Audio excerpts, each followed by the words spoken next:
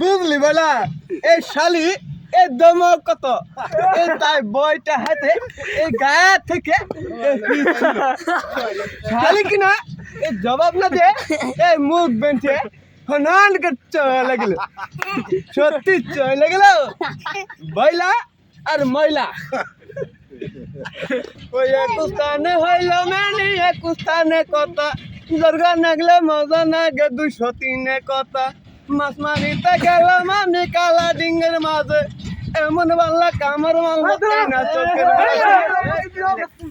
মধ্যে কামর মাঝে ঠেঙ্গে বিষে মরি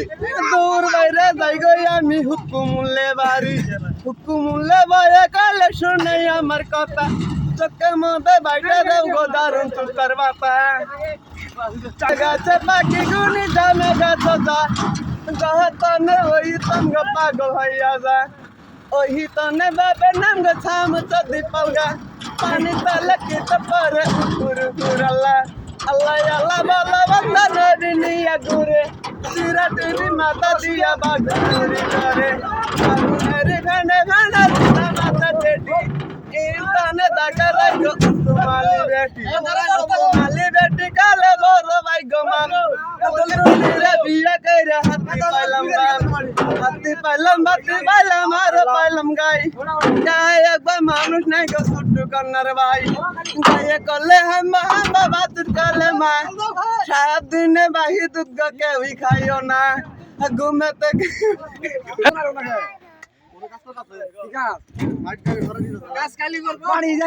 আমাদের মাঝে এই মুহূর্তে উপস্থিত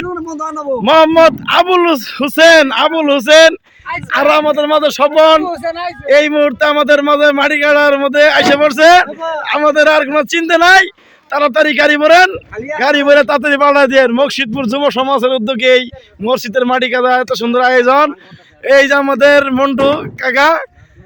এই যে আমাদের বাবরচি শফিকুল, আবুল হোসেন, এই যে মালিক, এই যে মুরব্বী হাবিব, স্বপন,